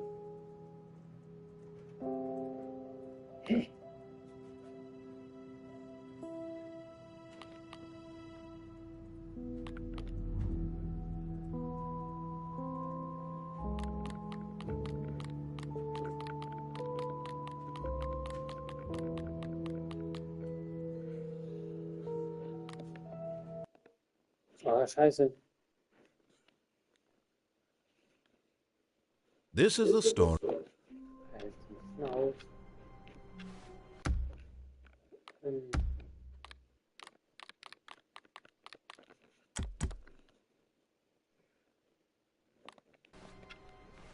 All of his co-workers were gone. What could it mean? Stanley decided to go to the meeting room. Perhaps he had simply missed a memo. Stanley felt the bucket calling to him, begging him to pick it up. Why was he not doing it? When Stanley came to a set of 2 open doors, perhaps he wanted to stop by the employee lounge first, just to admire it. The lounge was grand, majestic, perhaps too much, but eager to get back to business, Stanley took the first open door on his left. Stanley was so bad at following directions, it's incredible he wasn't fired years ago. Look, Stanley, I think perhaps we've gotten off on the wrong foot here. I'm not your enemy, really, I'm not. I realize that investing your trust in someone else can be difficult, but the fact is that the story... But in his eagerness to prove that he is in control of the story and no one gets to tell him what to do, Stanley leapt from the platform and plunged to his death. Good job, Stanley. Everyone thinks you are very powerful.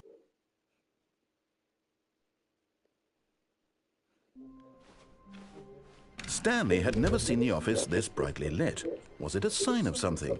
He hoped it was. He hoped very much that it was. Maybe Stanley would never pick up the bucket. A lonely bucket, When Stanley came to a set of 2 open doors, this was not the correct way to the meeting room, and Stanley knew it perfectly well. Perhaps he wanted to stop by the employee lounge first, just to admire it. And here it was, the lounge. But eager to get back to business, Stanley took the first open door on his left. Stanley was so bad at following directions, it's incredible he wasn't fired years ago.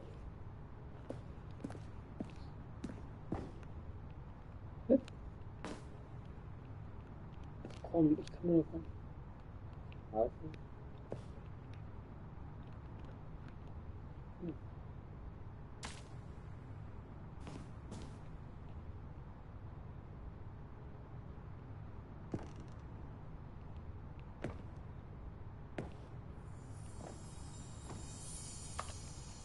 You found one of them. One of the miniature Stanley figurines. Remember, no reward for collecting all of these, only the intrinsic pleasure of a job well done. You can't buy that sort of happiness, Stanley. God knows I've tried. So, I implore you to savor each and every moment you come across one of these beautiful figurines.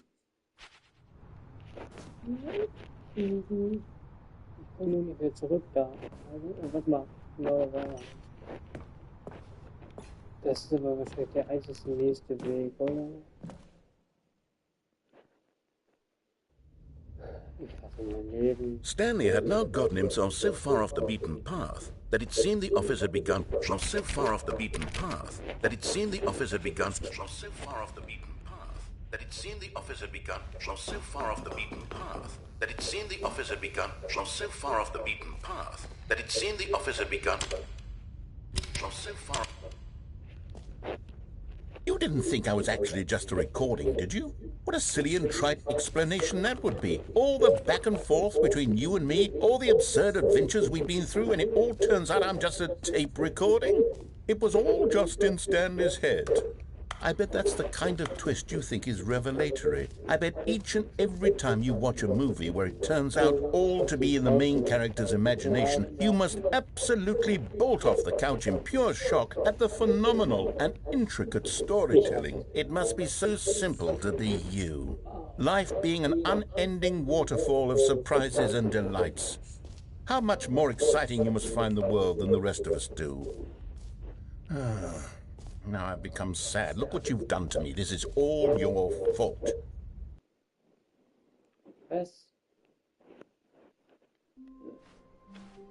Someone was following Stanley. He was sure of it. If he checked over his shoulder now, he would surely catch them. It was only a matter of time. Stanley, pick up the bucket.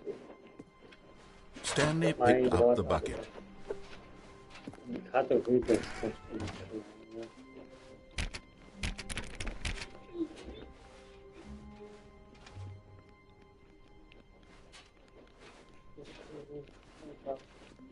Stanley clutched the bucket tightly to his chest and entered the door on his left.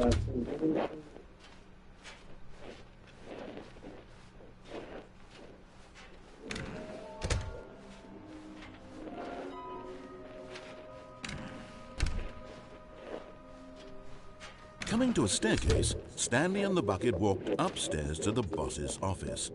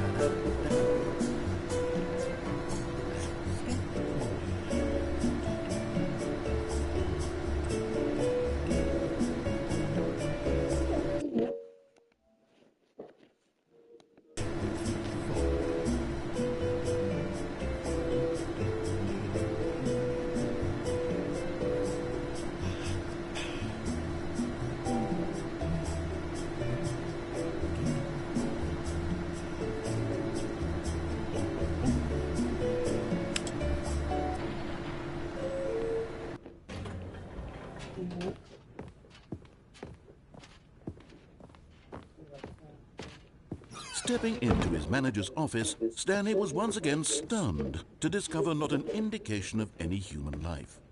Crushed by the weight of this revelation, Stanley may have broken down into an emotional dumpster fire if not for the soothing presence of the bucket. Even now, but Stanley guessed the correct code by sheer luck. Was it that the bucket knew all along? Was the bucket guiding him? Yes, this is certainly the most logical explanation.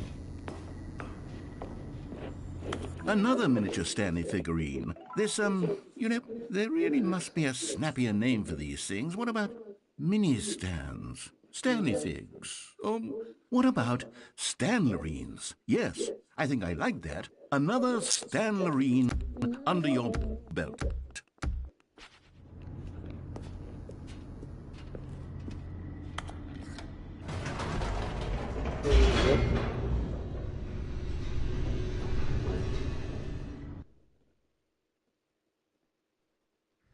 The elevator raced downward, plummeting towards an unknown fate. It would be all Stanley could do to keep himself together, if not for the bucket. Soothing him, comforting him, reassuring that in this darkest moment of uncertainty, he would be all right. The bucket is here for you, Stanley. Everything will be fine.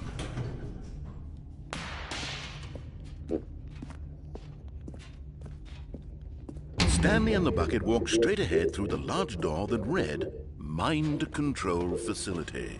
Although this passageway had the word escape written on it, the truth was that at the end of this hall, Stanley and the bucket would both meet a violent death.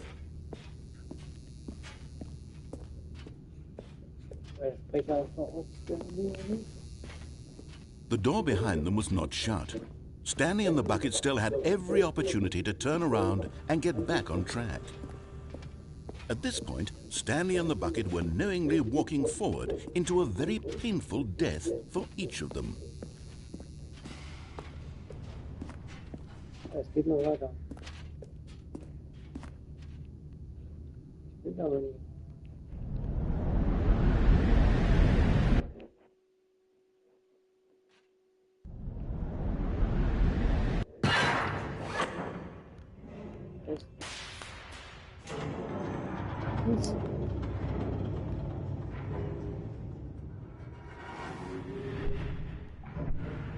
As the machine whirred into motion and Stanley and the bucket inched closer to their demise, Stanley reflected on how meaningless the bucket's warmth and comfort had turned out to be. To be sure, it puts the mind and the soul at ease to embrace the bucket, but what use is a sense of ease when you're about to be crushed to death? This is what Stanley thought to himself, and he sort of kicked himself for wasting so much time carrying a bucket everywhere. Farewell, Stanley.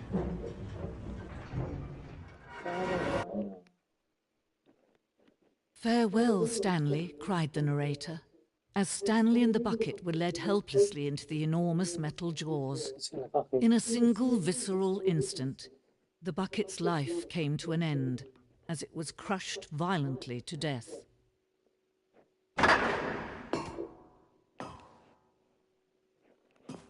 Okay.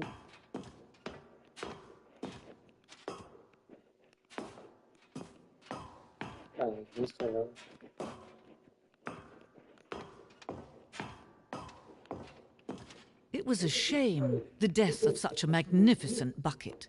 It's true that all buckets are radiant in their own way, but this one stood above the rest. It was a glorious bucket to behold.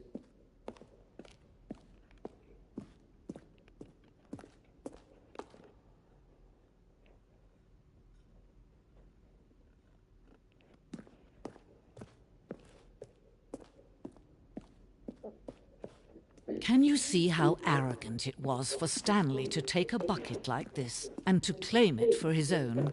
Can you see the hubris that blinded him? Can you see that the bucket is far more noble than Stanley will ever be in his short life?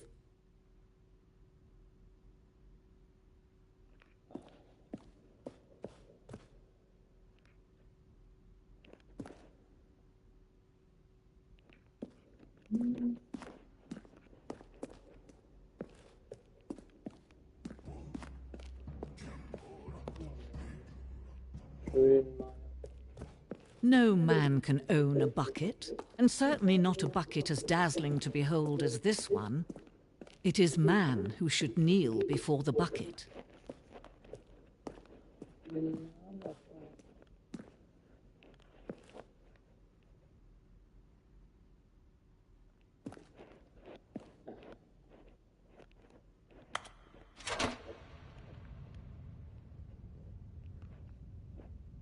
But there is something we can do together, you and I, that will right this terrible wrong.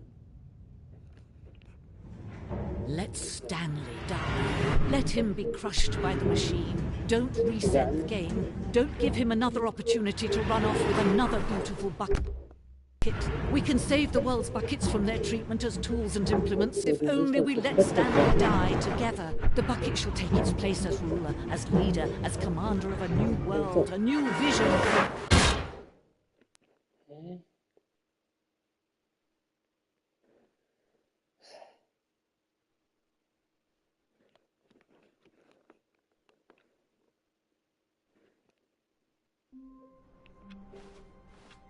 Stanley had never seen the office this brightly lit. Was it a sign of something? He hoped it was. He hoped very much that it was.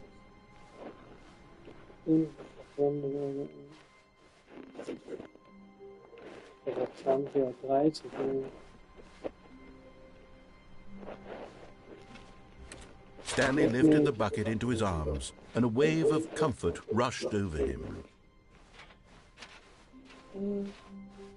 Stanley clutched the bucket tightly to his chest. This was not the correct way to the meeting room, but Stanley had felt the bucket calling to him, telling him that the employee lounge was simply the place to be. And here it was. Had the bucket turned out to be correct? Was this... No, never mind. The bucket was wrong. Stanley took the door on his left to go back to the meeting room. No, Said the bucket. don't go to the meeting room. Go somewhere else. The cargo lift, yes. Good. Said the bucket. Now ride the lift all the way to the top. There's something up there I need you to do. Stanley did not question why or how this bucket was speaking to him. It should have alarmed him, of course, because buckets can't talk. But Stanley chose not to think about this obvious fact. He was firmly convinced that the bucket had spoken to him, and he unthinkingly did whatever the bucket asked. No, stop. Look there on the wall. You see, there's a sign right there. It says, "No buckets past this point." Stanley, how could you think it was okay to bring the bucket here? Unless that would explain a lot about your behavior up to this point. Which, if that's true, well, my goodness, I think we have to do something about it. This misunderstanding could have dire consequences on the entire rest of the game if not addressed quickly and properly. So much of the impact of the story is dependent on your understanding of what is and isn't a bucket. Please, step in here for a moment.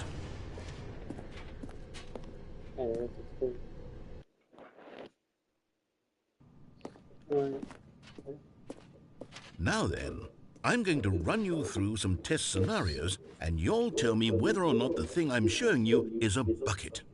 Simple enough, right? This should tell us everything we'll ever need to know about what is or is not a bucket. Okay, let's begin. Item 1. Is this a bucket? Incorrect. It is a hologram of a bucket, not an actual bucket. Halt die Fresse. Item 2. Is this a bucket? Incorrect. It is a 3D printed recreation of a bucket, not an actual bucket.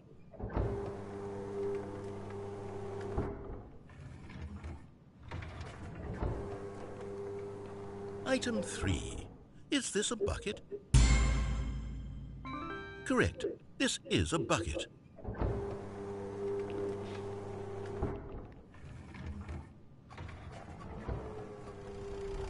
Item 4. Is this a bucket? What? Are you hallucinating? This is a tractor. It's an enormous machine that tills the earth. I thought this was a gimmick. How on earth did you manage to screw it up? Absolutely incredible. Let's just move on to the next one. Wie läuft der? Is this a bucket? Correct. This is a bucket.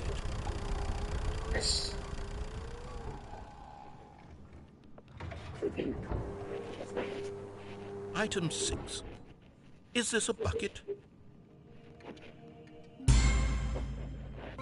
Trick question. Both. Gotcha. Was laberst du? Item... Wait, hold on. I can't find the next one. Let me see. Should be around here somewhere.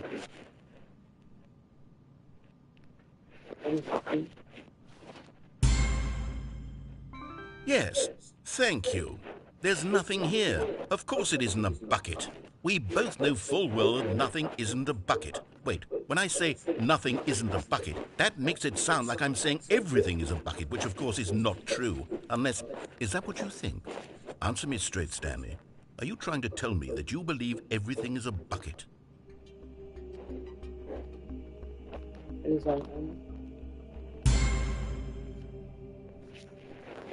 You know what? I'm too confused to even sort it out. I've lost all sense of perspective. What is a bucket? What isn't a bucket? Mere moments ago I could answer these questions with confidence. And yet now I'm somewhat adrift. Do any of us know what a bucket is? Am I a bucket? Stanley, I can't keep doing this. I'm losing myself, and myself was all I ever had to begin with. I'm afraid the bucket is threatening to tear our relationship apart. I can't have that. I'm sorry.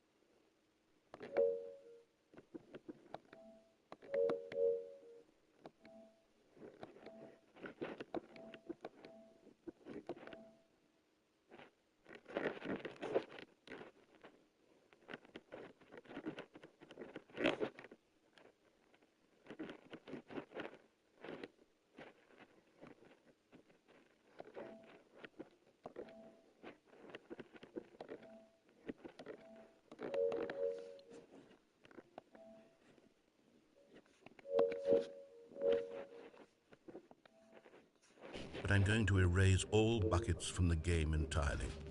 Okay, here we go.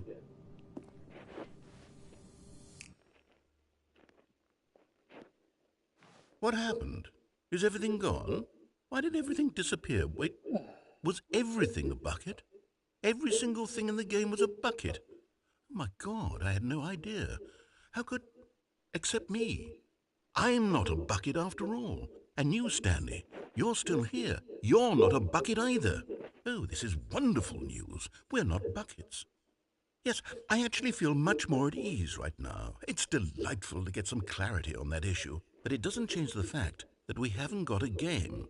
So, tell you what, I'll reset everything and we'll put back all of the buckets, okay? And we'll know that it's all a bucket. But if you run into anyone else, maybe don't mention that. Who knows what that information might do to a person? All right, here we go.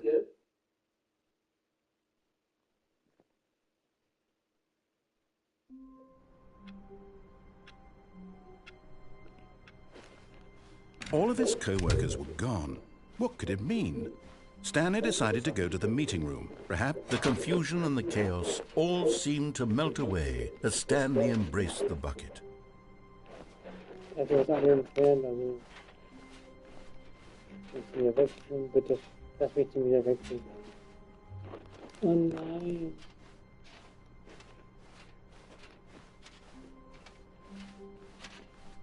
Stanley clutched the bucket tightly to his chest and entered the door on his left.